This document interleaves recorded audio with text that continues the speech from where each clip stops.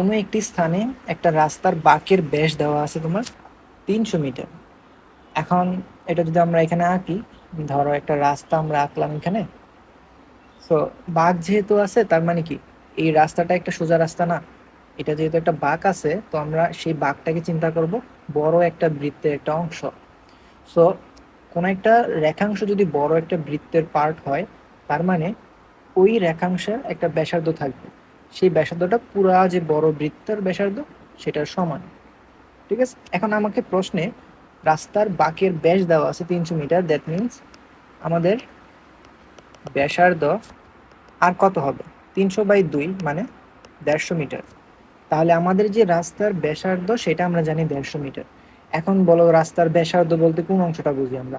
কারণ একটা রাস্তা তো তোমার বাঁক যদি থাকে, তো সেইখানে ব্যাসার্ধ পরিমাপের জন্য তুমি দুইটা জিনিসকে প্যারামিটার হিসেবে ধরে ব্যাসার্ধ চিন্তা করতে পারো। এক হচ্ছে যে তোমার মনে করো কেন্দ্র থেকে রাস্তার ভিতরের প্রান্ত এবং কেন্দ্র থেকে রাস্তার বাইরের প্রান্ত। সো আমরা অ্যাকচুয়ালি কোন ডিস্টেন্সটাকে আমরা ব্যাসার্ধ আকারে ধরবো? সো আমরা অ্যাকচুয়ালি যে জিনিসটা করি, আমরা ভিতরের প্রান্তও নেই না, বাইরের প্রান্তই নেই না, আমরা অ্যাকচুয়ালি নেই একটা অ্যাভারেজ ডিস্টেন্স। সো ভিতরের এবং বাইরের ডিস্টেন্সকে 2 দিয়ে ভাগ দিলে এই যে ডিস্টেন্সটা, সেই ডিস্টেন্সটা হচ্ছে আমাদের রাস্তার বাঁকের ব্যাসার্ধ। তো সেটা হচ্ছে 150 মিটার। তারপর বলা আছে রাস্তার প্রস্থ বা প্রশস্ত যে জিনিসটা, সেটা হচ্ছে রাস্তাটা কতটুকু চওড়া। তো সেই ডিস্টেন্সটা আবার আমাদের 10 মিটার দেওয়া আছে। এবং আরেকটা ইনফরমেশন আমাকে দিছে যে রাস্তার ভিতরের প্রান্ত থেকে বাইরের প্রান্ত 0.4 মিটার উঁচু। তার মানে কি, রাস্তাটা কিন্তু সমতল রাস্তা না। সো রাস্তার এক পাশ থেকে আরেক পাশ যদি উঁচু হয়, এই জিনিসটাকে আমরা দেখাবো কিভাবে, মানে আমরা জিনিসটাকে বুঝবো কিভাবে?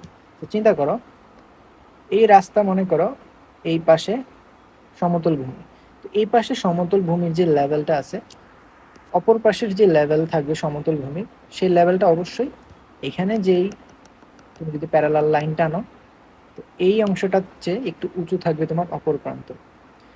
তো এই জিনিসটাকে সিম্পলিফাই করার জন্য আমরা একটা কাজ করি যে রাস্তার একটা ক্রস সেকশন আমরা নিই বা একটা প্রস্থচ্ছেদ নিই। তো একটা রাস্তা যদি তুমি চিন্তা করো, ভিতরের প্রান্ত থেকে বাইরের প্রান্ত কিছু পরিমাণ উঁচু, তো সেই উঁচু অংশটা আমরা দেখানোর জন্য আমরা একটা কাজ করতে পারি প্রথমে, যে তোমরা যদি চাও এই জিনিসটা নিজেরও প্র্যাকটিস করতে পারো, যে প্রথমত এক প্রান্ত থেকে আরেক প্রান্ত উঁচু যেহেতু আছে, তো প্রথমত এরকম একটা তুমি সমকোণী ত্রিভুজ এঁকে নাও, যে সমকোণী ত্রিভুজের এই পাশটা রাস্তার এক প্রান্ত এবং অন্য পাশটা হচ্ছে রাস্তার আরেক প্রান্ত, সেই জিনিসটা বোঝাবে। এখন এই যে ভিতরের যে অংশটা আমরা দেখতেছি না, এই যে ড্যাশ লাইন দেওয়া অংশটা, এটা হচ্ছে আমাদের অ্যাকচুয়ালি রাস্তার ক্রস সেকশন। অর্থাৎ আমাদের রাস্তাটা অ্যাকচুয়ালি এরকম ভাবে চলে গেছে বাঁকা পথে। ঠিক আছে, এখন বোঝা যায়, দেখো এক পাশ থেকে আরেক পাশ কিছু পরিমাণ উঁচু আছে। কতটুকু উঁচু?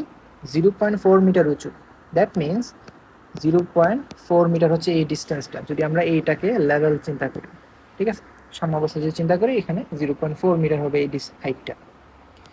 কোয়েশ্চেনে জিজ্ঞেস করছে কি, 1000 কেজি ভরের একটা বাস এই রাস্তার ভিতর দিয়ে যাইতেছে। তো এই বাসটা 84500 জুল গতিশক্তি নিয়ে উক্ত বাঁকটির সম্মুখীন হলো। তার মানে সম্মুখীন হওয়া মানে কি, যে গাড়িটা এখনো সেই বাঁকটা অতিক্রম করে নাই। অথবা তুমি চিন্তা করতে পারো গাড়িটা এই জায়গায় আসার পরে তার যেই কন্ডিশনগুলো দেওয়া আছে সেগুলো আর কি এখানের ভ্যালুগুলো 84500 84500 জুল। তো এই পরিমাণ গতিশক্তি নিয়ে সে এখানে পৌঁছাইছে। এখন আমাদের বের করতে হবে যে এই গতিশক্তি নিয়ে যে সে পৌঁছাইছে, সেই গতিশক্তিটা তার জন্য সেফ কিনা, অথবা রাস্তার ব্যাংকিং কোন, এই সকল জিনিসগুলাই কোশ্চেনে জিজ্ঞেস করে আর কি, এই টাইপের প্রবলেমে।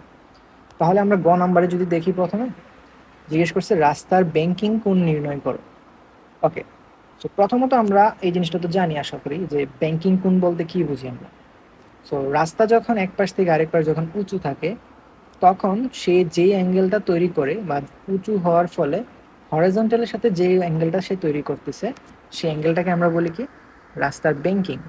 ফর এক্সাম্পল, আমাদের এখানের যে চিত্রটা আমরা এখানে আঁকছিলাম, এখানে সমতল ভূমি কি ছিল, এই রেখাটা ছিল না সমতল ভূমি। এই সমতল ভূমির সাথে আমাদের এই যে রাস্তাটা যে ইনক্লাইনেশন তৈরি হয়েছে বা ইনক্লাইন যে অ্যাঙ্গেলটা তৈরি হয়েছে, সেটাকে আমরা থিটা দিয়ে যদি মেনশন দিই, সেই থিটাটাই হচ্ছে আমাদের কি ব্যাংকিং কোণ।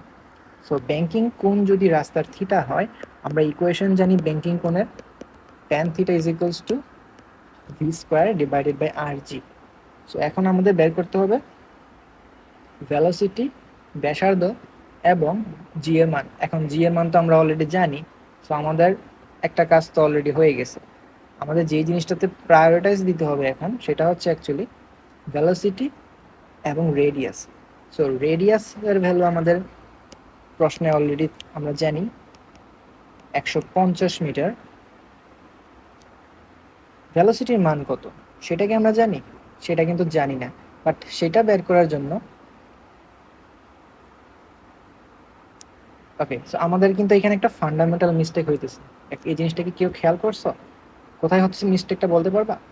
একটা জিনিস খেয়াল করো, রাস্তার ব্যাংকিং কোণ বলতে আমরা যে জিনিসটা বুঝি সেটা হচ্ছে, একটু আগেই তো বললাম এই জিনিসটা, যে এক পাশ থেকে আরেক পাশ কতটুকু ইনক্লাইনেশনে আছে হরিজন্টালের সাথে, সেই জিনিসটা ব্যাংকিং কোণ।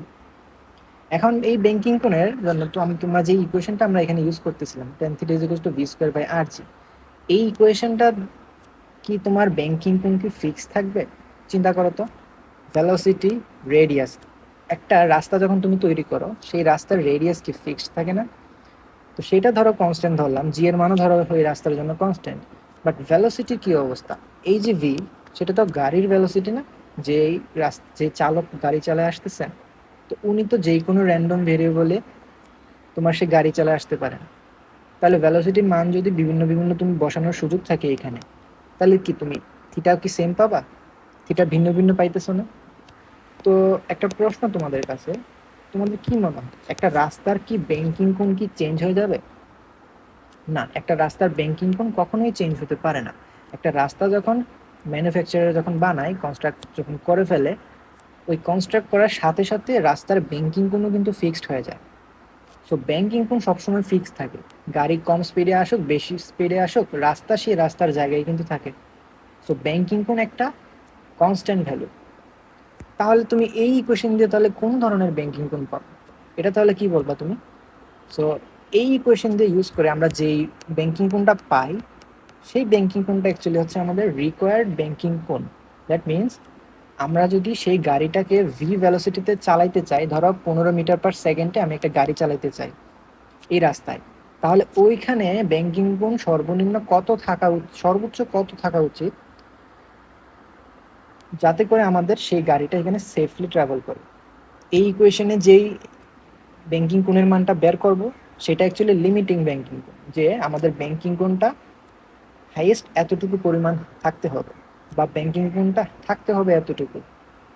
বুঝতে পারছো? সো এটা হচ্ছে এক ধরনের ভেরিয়েবল ব্যাংকিং কোণ। এই ইকুয়েশন দিয়ে যখন বের করবা তখন রিকোয়ার্ড কতটুকু সেটা আমরা জানতে পারবো। বাট রাস্তার যখন ব্যাংকিং কোণ প্রশ্ন যখন জিজ্ঞেস করছে, তার মানে রাস্তার অ্যাবসোলিউট ব্যাংকিং কোণটা জিজ্ঞেস করছে। সো রাস্তার অ্যাবসোলিউট ব্যাংকিং কোণের ইকুয়েশন তাহলে কিভাবে বের করবো আমরা? সেটার জন্য কোনো ইকুয়েশন দরকার নেই, আমরা রাস্তাটাকেই জ্যামিতি আকারে ধরে সেখান থেকে আমরা বের করব। আমরা জানি প্রশ্ন মতে এক পাশ থেকে আরেক পাশ 0.4 মিটার উঁচু, এবং রাস্তার প্রশস্ততা দেওয়া আছে তোমার কতটুকু দেওয়া আছে? 10 মিটার। তো রাস্তার প্রশস্ত বলতে কোন জায়গাটা বোঝায়? এই জায়গাটা না?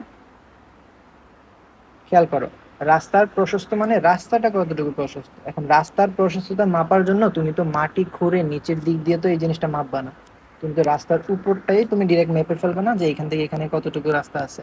তো এই ডিস্টেন্সটা অ্যাকচুয়ালি তোমার 10 মিটার। ঠিক আছে, এখন তোমার থিটা কোণটা বের করতে হবে। কিভাবে বের করবে থিটা কোণ? দেখো, এটা যদি অ্যাঙ্গেল থিটা হয়, তুমি দুইটা কোণ জানো, লম্বের মান এবং অতিভুজের মান জানো।